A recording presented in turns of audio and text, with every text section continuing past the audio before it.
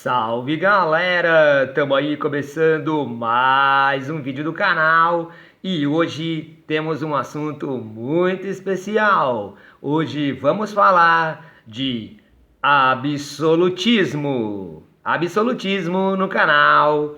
Hoje, gente, para a gente começar a falar do absolutismo, inicialmente os livros didáticos nos recomendam falar de alguns filósofos que, por meio de suas teorias, de alguma forma, justificam a adoção da centralização monárquica na mão do rei. Evidentemente que isto é uma artificialidade, não é? Por exemplo, o primeiro autor que se recomenda que o professor comente é o Maquiavel. Nicolau Maquiavel é um cara lá do Renascimento italiano. E assim, suas teorias não são teorias que defendem que o rei seja absolutista. Há uma certa adaptação aqui. É que, na verdade, ele teoriza sobre o poder, de como conquistar e manter o poder. Está lá no livro mais famoso dele, O Príncipe. Bom, como isso aqui é uma aula de história e não é uma aula de filosofia, e nós temos que passar muito rapidamente pelo Maquiavel, eu vou deixar aqui no descritivo uma aula sobre o Maquiavel, para você se aprofundar sobre o assunto. E também sobre alguns outros filósofos que a gente tem que falar nesse comecinho da aula.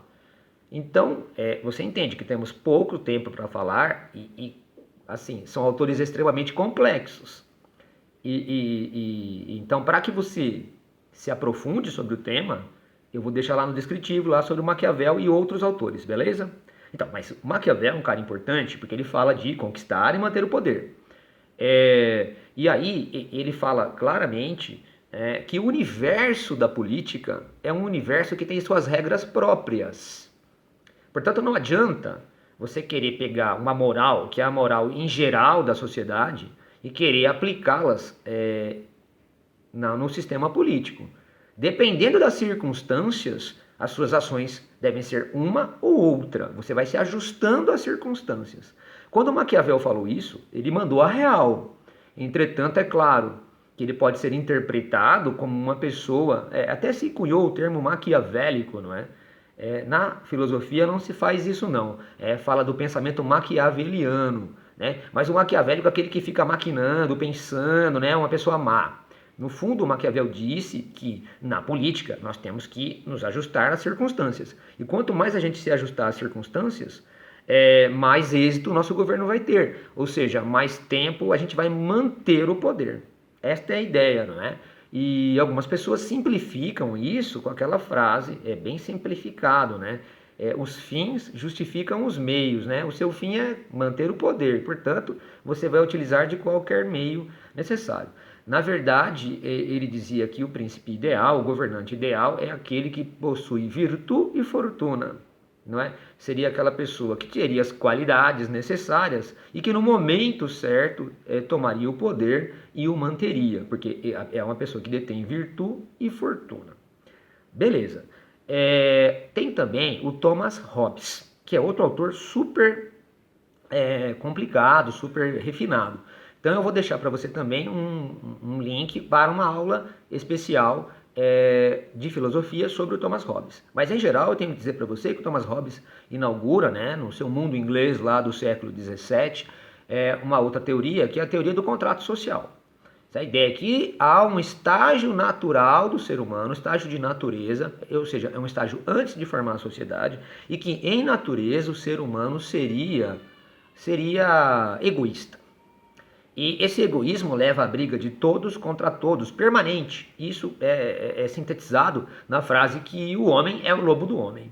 E lá no livro Leviatã, então ele diz claramente que o ser humano, em busca de uma maior tranquilidade, pelo menos para manter a sua propriedade, sua integridade física, o ser humano abre mão de suas liberdades naturais de fazer o que bem deseja e entrega isto a um soberano, a um conselho de pessoas que detêm essa soberania.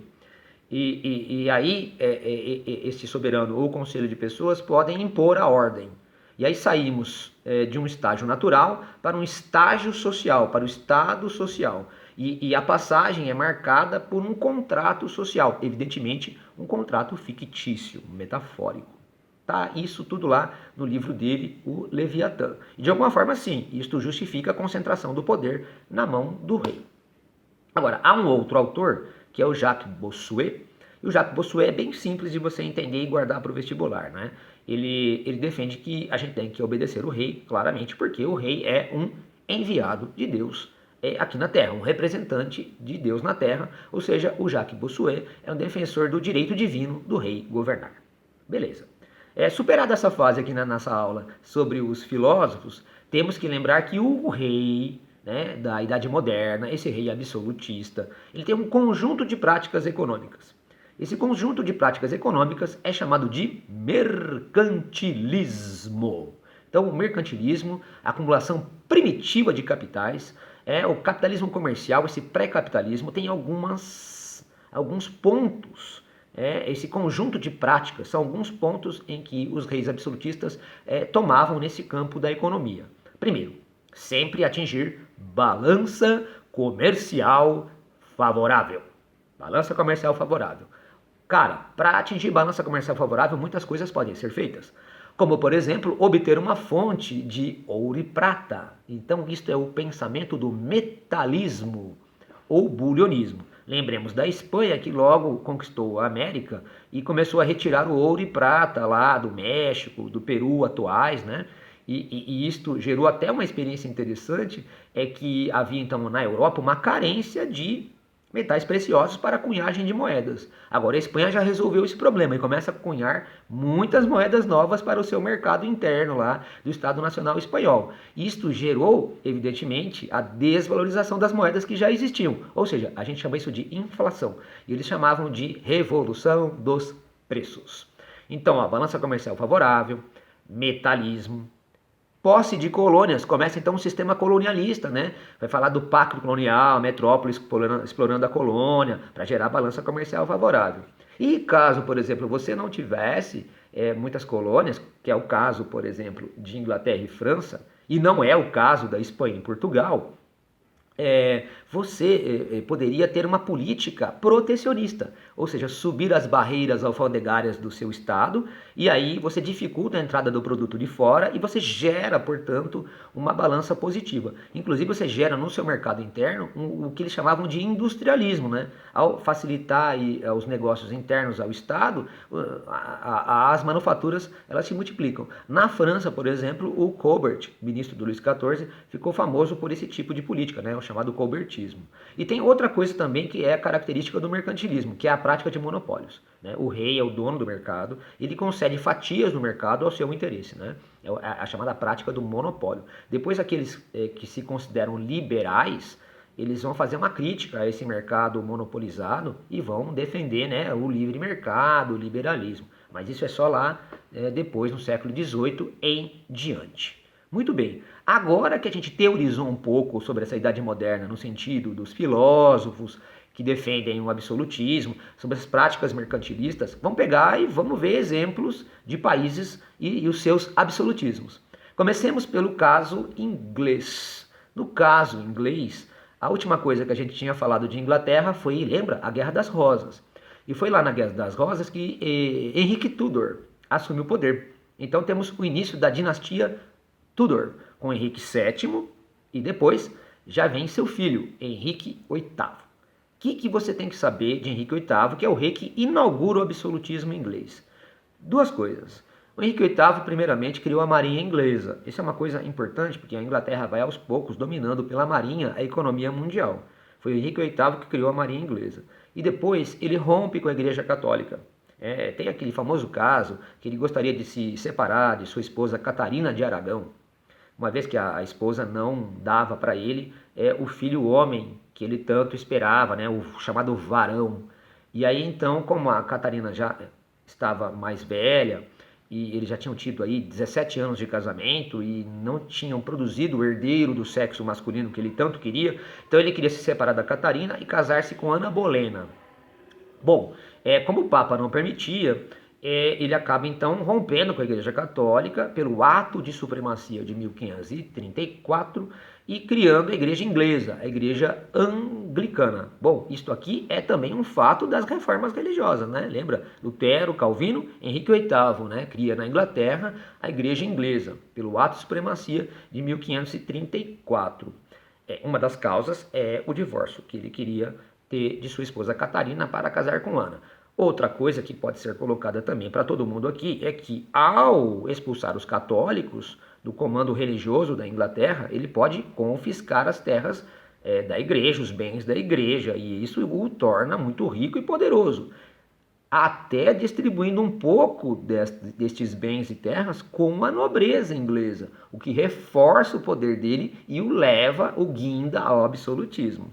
Então os Tudors são muito habilidosos nesse processo de costura interna da política inglesa e isto os deixa absolutistas. Quando Henrique VIII falece, veja que com Ana Bolena ele não conseguiu ter um filho homem, não é? No caso, no primeiro casamento com Catarina, ele teve a filha Maria, que era católica, evidentemente. E no segundo casamento com Ana, ele teve a filha Elizabeth. Esta já nasceu anglicana, ou seja, protestante.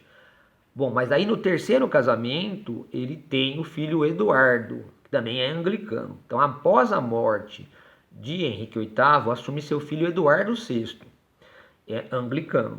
Entretanto, Eduardo VI morreu muito jovem, aproximadamente com 15 anos, de tuberculose, e passou o trono à sua irmã mais velha, né? A sua meia-irmã mais velha, a Maria, que era católica. Então, é uma tentativa com Maria do catolicismo se reestabelecer na Inglaterra, tanto que ela é apelidada, por perseguir os não católicos, de Blood Mary, de Maria Sanguinária. Entretanto, ela também teve um reinado curto, só 5 anos, e falece, quando então o poder passa para sua irmã mais nova, ou sua meia-irmã mais nova, que é Elizabeth. Elizabeth já era anglicana. Então a Elizabeth começa a governar e vai ter um longo reinado, que vai até 1603, começa em 1558 e vai até 1603. Então esse longo reinado marca o segundo ato de supremacia, de 1559, quando então o anglicanismo é definitivamente reestabelecido na Inglaterra e ganha a cara que tem hoje, né? Que é uma igreja com uma forma católica, mas com um rito protestante, mais próximo ao calvinismo. Vai surgir, inclusive, dentro deste movimento, um movimento mais radical, mais realmente próximo à forma do calvinismo original, que é o puritanismo. O puritanismo vai ser importante depois, lá no século XVII. Você vai ver no próximo vídeo. Beleza? Então, a Elizabeth reestabeleceu o sistema anglicano, não é, na Inglaterra, e ampliou o que o pai dela tinha feito, né, que era a Marinha Inglesa. Então, ela ampliou os negócios da Marinha Inglesa, se metendo em pirataria.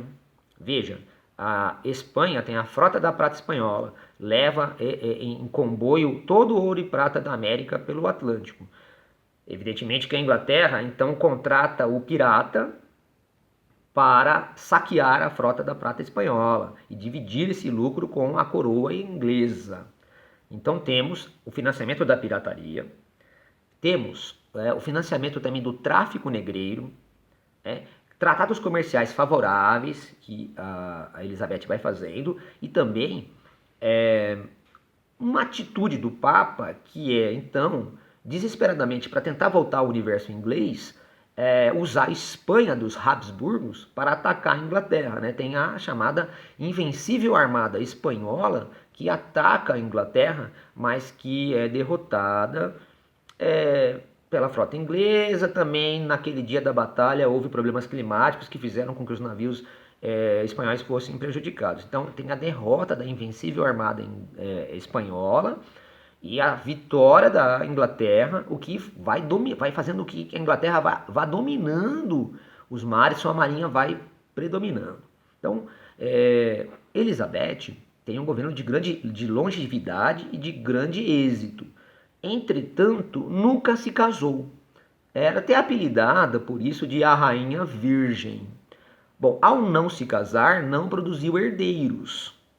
Como não produziu herdeiros, ao morrer em 1603, não deixou possibilidade que os Tudors continuassem com o comando da Inglaterra. Então, houve a sequência dos reinados na Inglaterra com o primo da Elizabeth, lá rei da Escócia, que era o Jaime VI Stuart, rei da Escócia, que agora se torna Jaime I, além de rei da Escócia, agora Jaime I, rei da Inglaterra, ou seja, começou a dinastia dos Stuarts.